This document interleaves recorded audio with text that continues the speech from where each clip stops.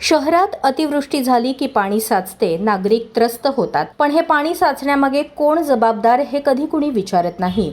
आता सोलापूर महानगरपालिकेने थेट बोट दाखवले आहे संगमेश्वर कॉलेजकडे.